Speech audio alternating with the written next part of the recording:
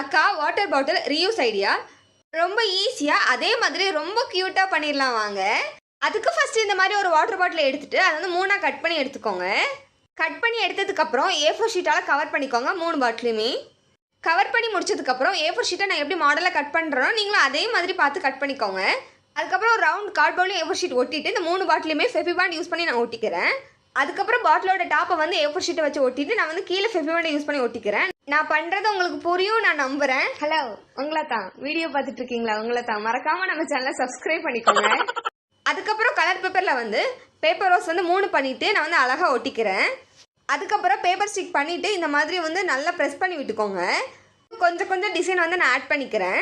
அவ்வளோதான். வேஸ்ட்டான வாட்டர் பாட்டிலை வச்சு ஃப்ளவர் வாஷாக யூஸ் பண்ணிக்கலாம், இல்லைனா குட்டி குட்டி பொருள் போட்டுக்கிற மாதிரி யூஸ் பண்ணிக்கலாம். அது உங்களோட இஷ்டம் தான். நம்மளோட வாட்டர் பாட்டில் ரீயூஸ் ஐடியா எப்படி இருக்குன்னு சொல்லுங்கள். தேங்க்யூ.